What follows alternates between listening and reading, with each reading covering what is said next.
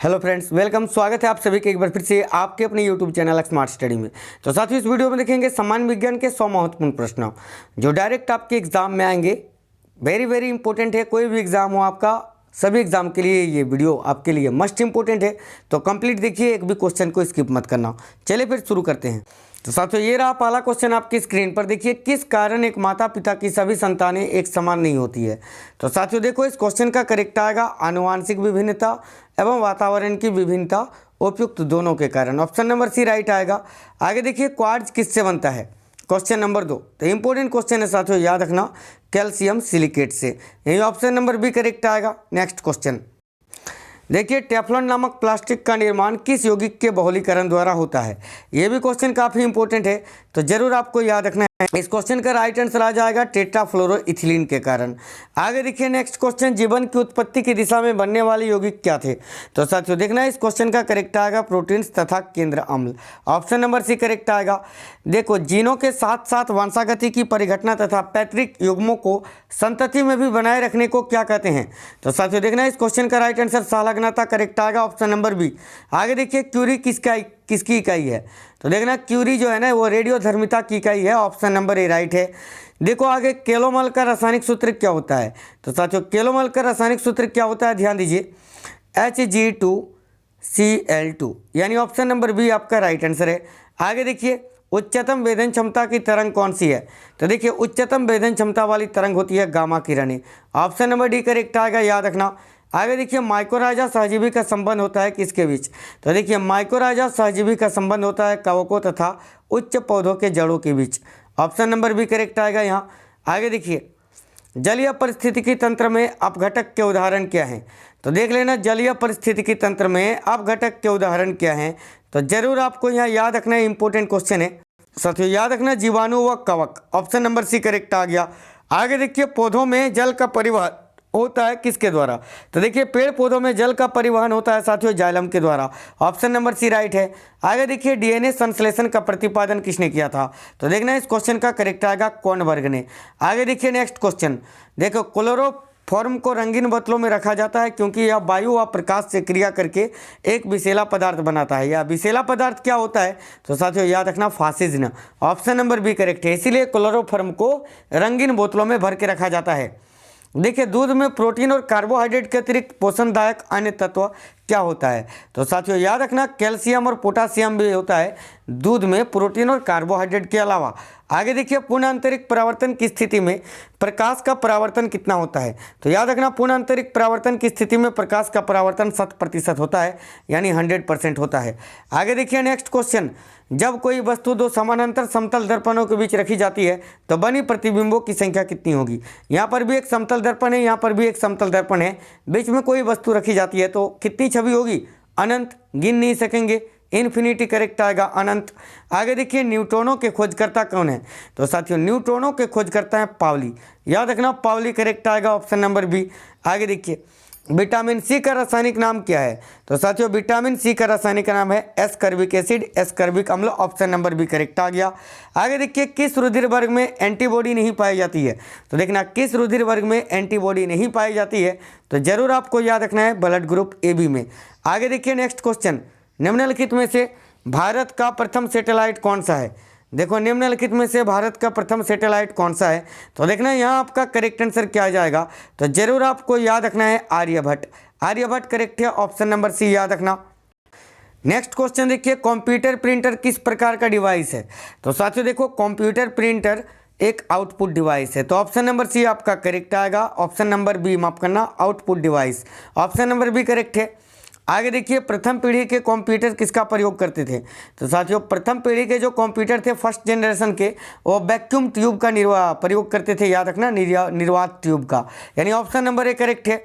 निम्न में से कौन सुमेलित नहीं है, यानी आपको बताना है इनमें से कौन सा एक जोड़ा गलत है। तो साथियों ध्यान देना, ऑप्शन नंबर सी, टेक्योमीटर से दाबांतर मापा जाता है, यह गलत है क्योंकि दाबांतर को जो है वो बैरोमीटर से मापा जाता है। ये जोड़ा गलत है, बाकी ये तीनों सही है, जैसे कि एनेमोमीटर से वायु की चाल, आमीटर से विद्युत धारा, पायरोमीटर से उच्च ताप, ये तीनों सही है, लेकिन ऑप्शन नंबर सी जोड़ा गलत है। आगे देखिए, नेक्स्ट क्वेश्चन, एक्स किरणों की वेधन क्षमता किसके द्वारा बढ़ाई जा सकती है। साथियों देखिए, एक्स किरणों की वेधन क्षमता कैथोड और एनोड के बीच विभवांतर को बढ़ाई जा सकती है। आगे देखिए, ट्रिप्सिनोजोन को ट्रिप्सिन में बदलने में सहायक होता है क्या? तो देखना, ट्रिप्सिनोजोन को ट्रिप्सिन में बदलने में सहायक क्या होता है? तो साथियों जरूर याद रखिए, इंपॉर्टेंट क्वेश्चन। देखिए करेक्ट आंसर आ जाएगा हाइड्रोक्लोरिक अम्ल, ऑप्शन नंबर ए राइट है। आगे देखिए, हाल ही में चर्चा में आए स्वर्ण चावल किस पद्धति से विकसित किए गए हैं? तो याद रखना, परेजीनी तकनीक के द्वारा। आगे देखिए नेक्स्ट क्वेश्चन, लोनर कास्टिक का रासायनिक सूचक क्या होता है? तो साथियों लोनर कास्टिक का रासायनिक सूत्र AgNO3 होता है और इसका रासायनिक नाम होता है सिल्वर नाइट्रेट। आगे देखो, निम्न में से किसके अधपके मांस खाने से फीता कृमि मनुष्य की आंत में पहुंचता है? तो याद रखना, सुअर का अधपका मांस खाने से फीता कृमि मनुष्य की आंत में पहुंचता है, इसीलिए सुअर का क्या, किसी का भी अधपका मांस नहीं खाना चाहिए। आगे देखिए, सूत्री विभाजन किस पर निर्भर करता है? तो साथियों ध्यान दीजिए, सूत्री विभाजन समय और तापक्रम इन दोनों पर ही निर्भर करता है, ऑप्शन नंबर सी करेक्ट आएगा। वाटर टैंकों में शैवाल को नष्ट करने के लिए किस रसायन का प्रयोग किया जाता है? तो साथियों वाटर टैंकों में शैवाल को नष्ट करने के लिए कॉपर सल्फेट का प्रयोग करते हैं। आगे देखिए, किस पदार्थ के कारण बाष्पोत्सर्जन की क्रिया कम हो जाती है? तो साथियों देखो, किस पदार्थ के कारण बाष्पोत्सर्जन की क्रिया कम हो जाती है? तो क्यूटीन के कारण। आगे देखिए, यदि किसी वस्तु का वेग 2 गुना कर दिया जाए तो क्या होगा? तो साथियों यदि किसी वस्तु का वेग 2 गुना कर दिया जाए तो संवेग 2 गुनी और गतिज ऊर्जा 4 गुनी हो जाती है, यानी ऑप्शन नंबर सी आपका करेक्ट आएगा। 1 व 2 दोनों सही है। देखिए, अनअक्षी श्वसन का अंतिम उत्पाद क्या होता है? तो साथियों अनअक्षी श्वसन का अंतिम उत्पाद होता है लैक्टिक एसिड, लैक्टिक अम्ल करेक्ट आएगा, ऑप्शन नंबर सी। आगे देखिए, हाइड्रोलित का अनुसूत्र क्या होता है? तो साथियों ध्यान दीजिए, हाइड्रोलित का अनुसूत्र होता है CaH2, यानी ऑप्शन नंबर सी आपका यहाँ राइट आ गया। आगे देखिए, कपड़ों को धोते समय हम नील का प्रयोग करते हैं, क्यों? तो साथियों कपड़ों को धोते समय हम नील का प्रयोग करते हैं उसकी सही वर्ण संयोजन के लिए, ऑप्शन नंबर बी करेक्ट आ गया। एम्पिसिलिन किस प्रकार की दवाई है?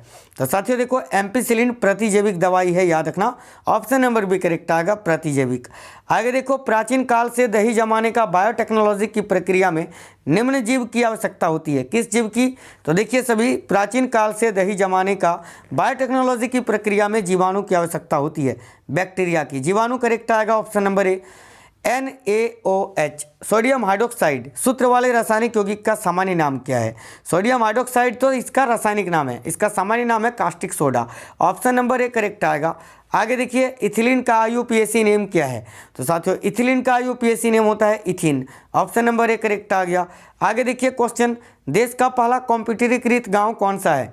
तो साथियों देश का पहला कंप्यूटरीकृत गांव है बेल्लानड, जो केरल में है।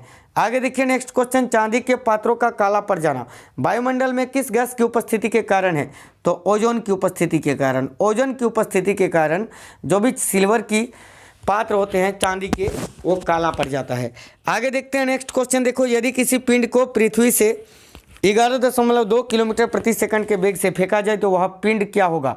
तो वह पिंड पृथ्वी पर कभी भी नहीं लौट कर आएगा, क्योंकि पृथ्वी के प्लावन वेग का मान ही होता है 11.2 किलोमीटर पर सेकंड। आगे देखिए, एक बार बराबर कितना पास्कल होता है? तो साथियों एक बार बराबर होता है 10⁵ pascal, option number C correct आएगा।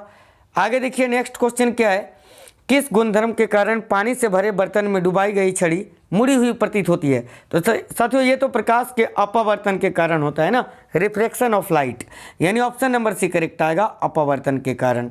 आगे देखिए नेक्स्ट क्वेश्चन, किसी द्रव का बाष्पीकरण होने से उसका तापमान क्या होता है? तो देखो, किसी द्रव का बाष्पीकरण होने से उसका तापमान, साथियों ध्यान दीजिए इंपॉर्टेंट क्वेश्चन है, घट जाता है, बिल्कुल ऑप्शन नंबर बी करेक्ट है, घटेगा।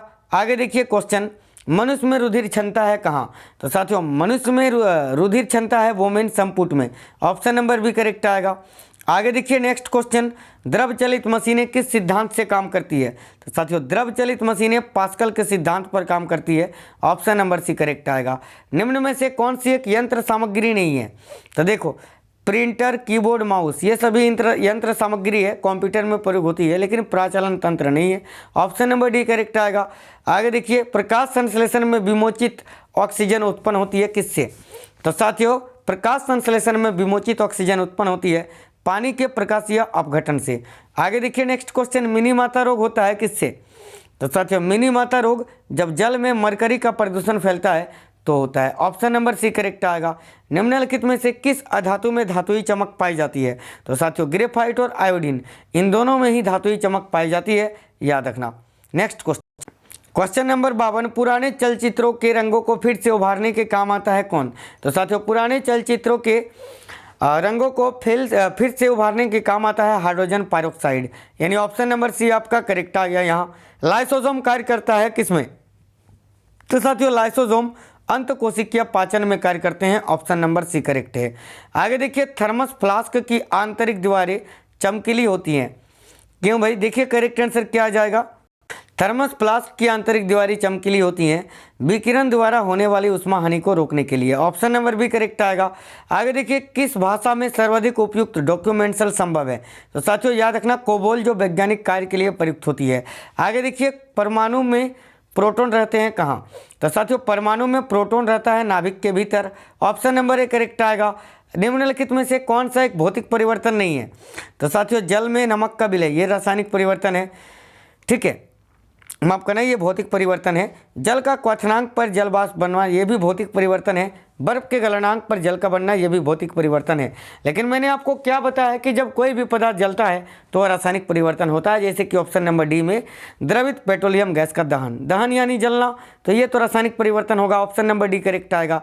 आगे देखिए नेक्स्ट क्वेश्चन, आईसी का पूर्ण रूप क्या होता है? तो साथियों आईसी का पूर्ण रूप होता है integrated circuit, option number C right है।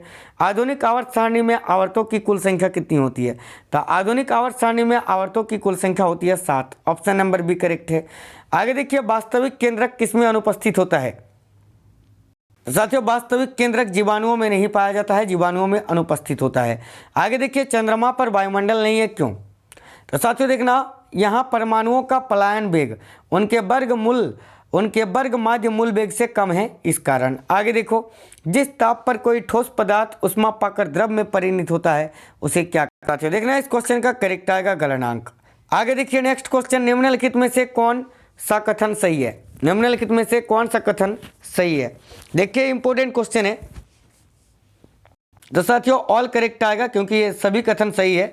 देखो, क्षार में साबुन जैसी चिकनाहट होती है, क्षार लाल लिटमस को नीला कर देता है, सभी क्षार भस्म होते हैं किंतु सभी भस्म नहीं होते हैं, याद रखना, ऑप्शन नंबर डी आपका यहाँ करेक्ट आ जाएगा उपरोक्त सभी। आगे देखते हैं नेक्स्ट क्वेश्चन क्या है, ध्यान दीजिए सभी, क्वेश्चन नंबर 64, बर्फ पानी पर तैरता है क्यों? तो साथियों बर्फ का घनत्व जो है वो पानी से कम होता है, इस कारण बर्फ पानी पर तैरता है। आगे देखिए, पेप्सिन एंजाइम किस माध्यम में क्रियाशील रहता है? तो देखिए इस क्वेश्चन का करेक्ट आंसर आएगा छारिया, ऑप्शन नंबर एक करेक्ट है, जो पेट की अम्लता को दूर करता है। हाइड्रोजन से भरा रबर का गुब्बारा वायु में ऊपर जाकर फट जाता है, क्यों? तो साथियों ऊपर जाने से वायुमंडलीय दाब घट जाता है, जिस कारण गुब्बारा फट जाता है। आगे देखिए, प्रकाश संश्लेषण की दर सबसे अधिक होती है किस रंग के प्रकाश में? तो साथियों प्रकाश संश्लेषण की दर सबसे अधिक होती है लाल रंग के प्रकाश में, याद रखना, ऑप्शन नंबर डी करेक्ट आएगा। आगे देखिए, पेनिसिलिन की खोज किसने की थी? तो पेनिसिलिन की खोज अलेक्जेंडर फ्लेमिंग ने की थी साथियों। आगे देखो, किसी वस्तु का ताप किसका सूचक होता है? देखिए तो इस क्वेश्चन का करेक्ट आंसर क्या आ जाएगा? देखिए, किसी वस्तु का ताप किसका सूचक होता है? तो उसके अणुओं की औसत गतिज ऊर्जा का, यानी ऑप्शन नंबर डी आपका राइट आंसर आएगा। आगे देखिए, भारत में एल्युमिनियम उपक्रम की स्थापना हेतु आवश्यक न्यूनतम मापदंड बॉक्साइड और किसकी उपलब्धता होती है? तो याद रखना, विद्युत की, ऑप्शन नंबर बी राइट है।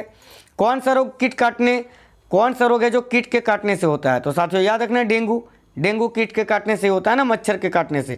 निम्नलिखित में से किस समूह के जीवों के डूबने से हुई मृत्यु का पता लगाने में महत्वपूर्ण है? तो याद रखना, डायमट, ऑप्शन नंबर डी करेक्ट आएगा, डायमट। आगे देखिए, तितलियों का अध्ययन क्या कहलाता है?